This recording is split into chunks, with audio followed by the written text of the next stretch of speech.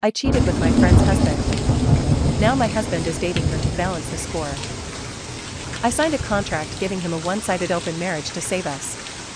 I didn't think he would use it with the woman I betrayed. They say that prison is a place made of bars and concrete. But the worst prisons are the ones we build for ourselves. The ones made of promises, contracts, and second chances. The ones where the door is unlocked, but you are too terrified to walk through it because you know that outside, there is nothing left for you. I am living in a prison called the perfect marriage. From the outside, the Vargas family looks resilient. We look like a couple that survived the storm. We live in a pristine colonial house in the suburbs. We drive the right cars. Our children are honor students. To the neighbors, we are the couple that made it work. But inside, I am serving a life sentence, and my husband is the warden. My name is Genevieve Vargas. I am 32 years old. And 5 years ago, I destroyed 4 lives. I had an affair. It wasn't a sweeping romance. It wasn't a love of my life situation. It was cheap. It was tawdry. It was a symptom of a rot inside me that I refused to acknowledge. I was 27, a stay-at-home mom with a 5-year-old son, Leo, and a newborn daughter, Mia. I was married to Manuel Vargas, a brilliant, high-demand structural architect. Manuel was solid. He was the foundation of our lives. But foundations are often buried underground. He was always working, always tired, always talking about load-bearing walls and tensile strength. I felt unseen. I felt like part of the furniture, essential, but unnoticed. I was the person who made sure there was milk in the fridge and clean socks in the drawer, but I felt like I had ceased to exist as a woman. I was just mom. I was just Manuel's wife. I sought validation in the worst possible place. I found it with David Castillo. David was a man in our tight-knit friend group. He was the fun dad. He was the guy who brought the tequila to the barbecue. He was loud, he was complimentary, and he was married to Cherry Castillo. Cherry was the kindest woman I knew. She was the Pinterest mom, the one who baked gluten-free cupcakes for the school bake sale, the one who remembered everyone's birthday, the one who organized the meal trains when someone got sick. She was beautiful in a wholesome, effortless way. She was perfect. And maybe that's why I hated her a little bit.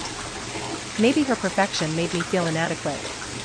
Maybe that's why, when David complained to me in the kitchen during a potluck about feeling unseen by her perfection, about how she was too focused on the kids, I didn't stop him. I let him kiss me. The affair lasted 3 months. It happened in laundry rooms during parties while the music drowned us out. It happened in his car parked 3 blocks away from the playground. It was a dopamine hit that I addicted myself to. It made me feel desirable. It made me feel reckless. It ended the day Cherry came home early from a nursing conference. David and I were in her kitchen. We thought we had hours. We didn't hear the garage door because the dishwasher was running. She walked in the back door holding her overnight bag. She didn't scream. She didn't throw things. Cherry was too dignified for that. She just stood there, looking at us. The look on her face wasn't rage. It was a disappointment so profound it sucked the air out of the room. It was the look of someone watching a house burn down. She confronted me the next day at a coffee shop. She didn't bring a weapon. She brought a manila envelope. She slid it across the table. It contained photos. Text logs she had pulled from the cloud. "I'm leaving David," Cherry said, her voice shaking but firm. Her eyes were red, rimmed with dark circles, but her posture was straight. "I deserve better. I deserve a man who respects me. But Manuel is a good man. He is a decent man. He doesn't deserve to be humiliated publicly." She looked me in the eye, and I saw steel behind the softness. "You are going to tell him, Genevieve.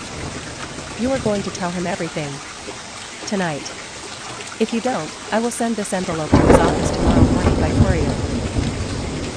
I was terrified. The moment the affair was exposed, the fog lifted. The excitement of David vanished, replaced by the crushing reality of what I was about to lose. I realized, with sickening clarity, that I loved my husband. I loved our life. I loved the safety he provided. The affair hadn't been an exit strategy, it had been an act of self-sabotage. So, I went home. I put the kids to bed. I poured Manuel a scotch. And I confessed. I told him everything. I vomited the truth onto our living room floor. I told him about the texts. I told him about the timeline. I told him it was David. I expected him to yell. I expected him to throw the glass against the wall. I expected him to pack a bag and leave. Manuel didn't do any of that. He sat there, stone-faced, processing the data. Manuel is an architect. He deals in catastrophic failure analysis. He was assessing the structural integrity of our marriage, looking for the stress fractures, calculating the damage. He finished his drink. He set the glass down on a coaster. "You want to stay?" he asked finally, his voice devoid of emotion. It was the voice he used when firing a contractor who cut corners. "Yes," I sobbed, kneeling at his feet, clutching his knees. "I'll do anything. Please, Manuel. I love you. I was stupid. I was lost. Don't leave me. Don't break up the family. The kids, they need us." "Anything?" he asked. "Anything, I promised. Name your price." 2 days later, Manuel presented me with a document. It wasn't a divorce decree. It was a 40-page document titled Reconciliation and Asset Protection Agreement. It was brutal. It was a contract designed to strip me of everything but my title as wife. 1. The postnote: if we ever divorced for any reason in the future, even if he simply got bored of me, I walked away with nothing. No alimony. No claim to the house. No claim to his pension. I would leave with only the clothes on my back. 2. Surveillance: I had to install tracking software on my phone and car. He had all my passwords. 24/7 access to my messages, my location, my spending. 3. The hall pass: this was the kicker. Clause 4. In the interest of restoring balance to the relationship, Manuel reserves the right to engage in extramarital relations at his discretion. This privilege is unilateral and does not apply to Genevieve. Genevieve waives the right to cite these relations as infidelity in any future legal proceedings. A one-sided open marriage. I read Clause 4 with trembling hands. "I may never use it," Manuel said, watching me read. He was leaning against the doorframe, arms crossed. "But I need to know that I have the same freedom you took for yourself. I need to know the door is open. I need to know that I am choosing you every day, not just stuck with you." I signed it. I would have signed a death warrant to keep him. I thought it was just a power play. A way for him to regain his dignity. I thought he was too noble, too busy, too Manuel to ever actually date. For 5 years, he never used it. We rebuilt. Or, I thought we did. I became the perfect wife. I became a step-forward version of myself. I was submissive. I was attentive. I cooked his favorite meals. I kept the house spotless. I never complained. I lived in a state of perpetual penance, trying to earn back a trust that I had shattered. I woke up every morning terrified that today would be the day he decided it wasn't enough. Meanwhile, the fallout continued elsewhere. Cherry divorced David immediately. It was messy. David spiraled into drinking and moved 2 towns over. Cherry, however, handled it with grace. She got her nursing degree. She flourished. She raised her son, Toby, alone. Because our kids were best friends, my son Leo and her son Toby were inseparable, practically brothers, we couldn't cut Cherry out completely.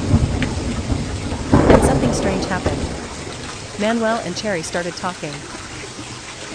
It started as commiseration. The 2 victims. The 2 people left behind in the wreckage David and I created. I remember watching them at a soccer game about a year after the affair. They were standing on the sidelines, heads bent together. Manuel was nodding. Cherry touched his arm, not in a flirtatious way, but in a grounding way. I sat alone on the bench, 50 feet away. I was the leper. I encouraged it. I felt guilty.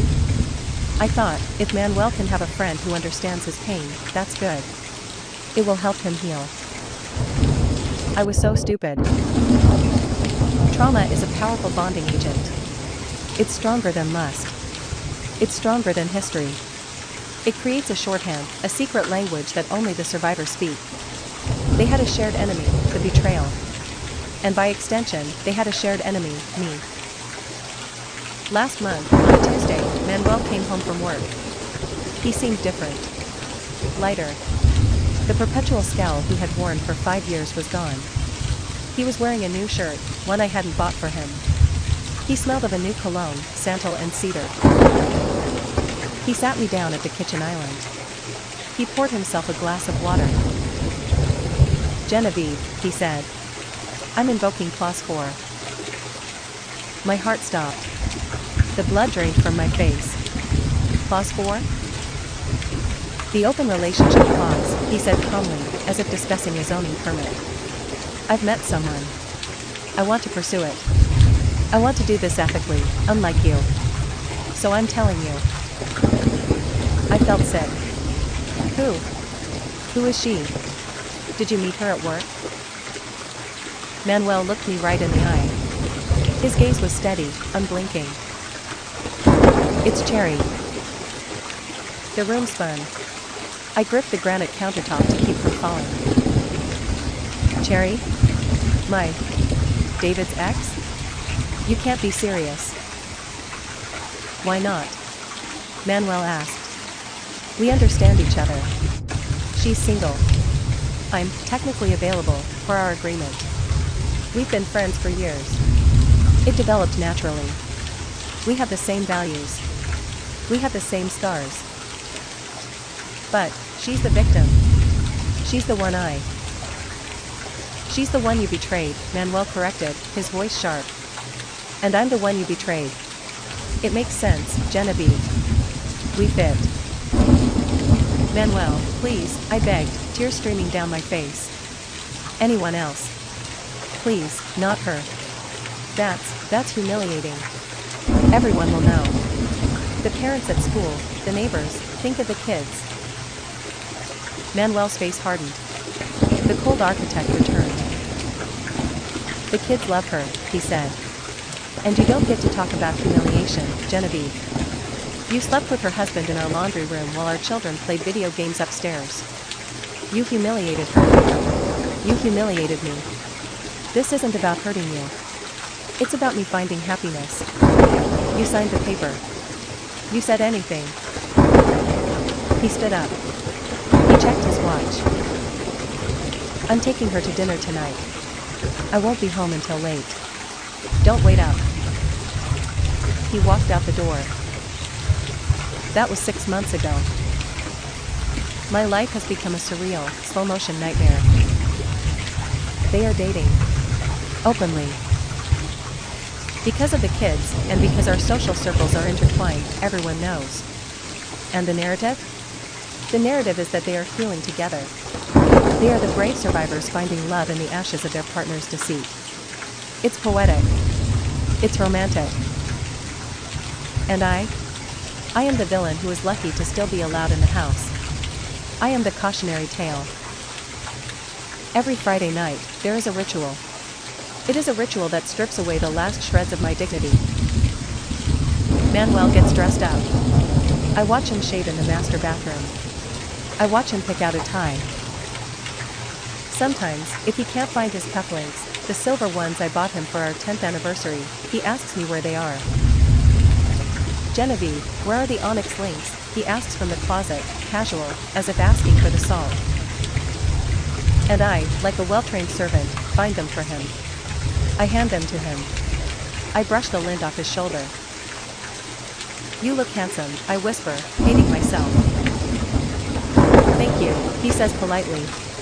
Then he leaves to pick up Cherry. I stay home. I help the kids with homework. I put Mia to bed. I scroll through Instagram and see photos of them. They go to wineries. They go to jazz concerts. They go to the places Manuel used to take me, back when we were happy. The worst part is Cherry. She isn't mean to me. She isn't vindictive. She doesn't slash my tires or send me nasty texts. She is nice. When she comes over to drop off her son Toby, she smiles at me. It's a pitying smile. It's the smile you give to a sick relative who doesn't know they're dying. "Hi, Genevieve," she says, standing in my foyer, looking radiant in a sundress that highlights her shoulders. "You look tired. Are you taking care of yourself? Make sure you drink water." She brings casseroles. "I made extra lasagna for Manuel, I know how much he loves it," she says. And she's right. It's his favorite. She knows him better than I do now. She helps my son Leo with his math homework while waiting for Manuel to get ready. She has integrated herself into my family so seamlessly that sometimes I feel like the nanny in my own home. And then there was the hair braiding incident. My daughter, Mia, is 6 now. She has long, difficult hair. I struggle with it. Last week, I came into the living room and found Cherry sitting on the sofa, Mia sitting between her legs. Cherry was French braiding Mia's hair, her fingers moving deftly, humming a song. "Look, Mommy," Mia squealed, turning around to show me the intricate braids. "Auntie Cherry made me look like a princess. You never do it like this." I stood there, holding a laundry basket, feeling my heart shatter. "That's beautiful, baby," I choked out. Cherry looked up at me. "She has such beautiful texture, Genevieve. You just have to use a little leave-in conditioner." She was giving me parenting advice. About my own child. In my own house. While waiting for my husband to take her on a date. The kids love her. "Auntie Cherry is so fun," Mia told me. "She listens to me. She doesn't yell like you do." Of course she doesn't yell. She doesn't have to manage the household. She doesn't have to scrub the toilets, pay the bills, or discipline them about screen time. She gets the fun Manuel. She gets the fun kids. I get the logistics. I get the drudgery. I get the silence. I tried to talk to Manuel about it last week. "I can't take this anymore," I whispered in bed, facing his back. The distance between us in that king-sized bed felt like an ocean. "It hurts too much. Please, Manuel. End it with her. Or just divorce me." Manuel didn't turn around. "You created this reality, Genevieve," he said into the darkness. "You broke the foundation. I'm just living in the annex. If you're unhappy, you know where the door is. You can leave anytime. No one is keeping you here." But I can't leave. If I leave, the postnup kicks in. I get nothing. I lose the house. I lose my lifestyle. I will be living in a studio apartment working minimum wage. And worst of all, I know exactly what will happen. If I leave, Cherry moves in. She is already the emotional wife. If I leave, she becomes the legal wife. She steps into my house, sleeps in my bed, and raises my children. She gets the life I built, the husband I love, and the family I broke. So I stay. I stay and I suffer, hoping that maybe, eventually, he will get bored of her. Hoping that this is just a phase. The climax of my misery happened last weekend. It was my son Leo's 10th birthday. We rented a large cabin by the lake. A family trip. Manuel insisted on inviting Cherry and her son Toby. "The boys are best friends," he argued. "It wouldn't be fair to separate them just because you're uncomfortable. Be an adult, Genevieve." So, we all went. Me, Manuel, our kids, Cherry, and her kid. It was psychological torture. We were sitting by the campfire on the second night. The air was crisp. Manuel was roasting marshmallows. He was laughing. I hadn't seen him laugh like that in years. He burned a marshmallow, and Cherry laughed. She reached out and wiped a smudge of soot off his cheek with her thumb.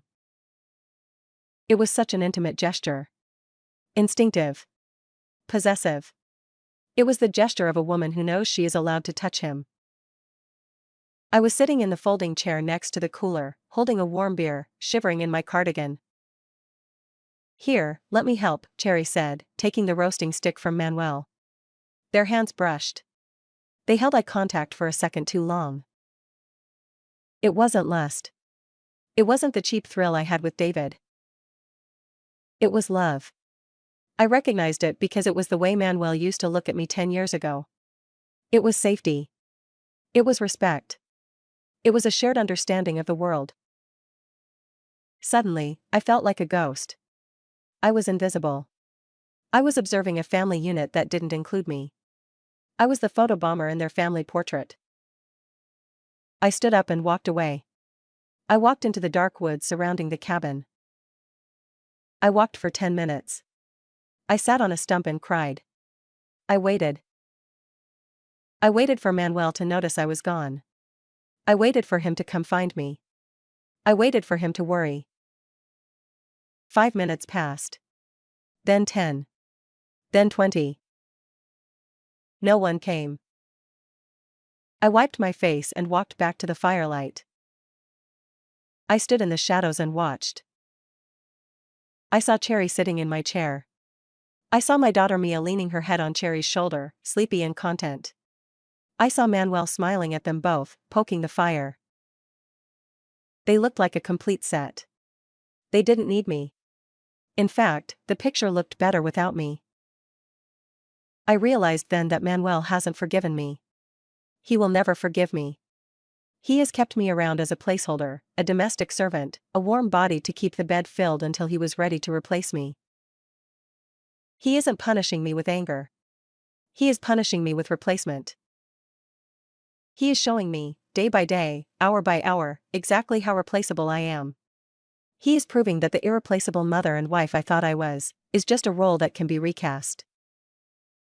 Tonight, Manuel is at Cherry's house. It's a Tuesday. He usually only goes on weekends, but he said, Cherry is having a rough day. The anniversary of her divorce is today. She needs me. She needs him. And he went. I am sitting in our master bedroom. The tracking app on my phone, the one I have to wear, shows me that I am here. It logs my location every 5 minutes. But I picked up the iPad he left behind. His location services are on. He isn't at Cherry's house. He's at the Cartier boutique downtown. He's been there for 40 minutes. The store closes in 10 minutes. You don't spend 40 minutes at Cartier buying a friendship bracelet. You go there to buy permanents. You go there to buy rings. I look at my finger. I'm wearing a diamond ring. But it feels heavy. It feels cold. It feels like a shackle. I wanted to save my marriage. I wanted to keep my family. I agreed to any condition, any humiliation, just to stay. I thought if I suffered enough, I could pay the debt. But looking at that blinking dot on the map, seeing him at the jewelry store while I sit in the house he owns, I realize the truth. I didn't save my marriage. I just bought a ticket to watch my husband fall in love with someone else. He isn't buying that ring for me. He is buying it for her. He is preparing for the day I finally break, or the day he finally decides to execute the postnup. I am the mistress in my own marriage. And the woman I betrayed is the wife in everything but name. I thought I could pay for my sins with a contract. I didn't realize the interest rate would cost me my soul. Hit like if you think I should finally walk away, even if it costs me everything. # the penance of the open door.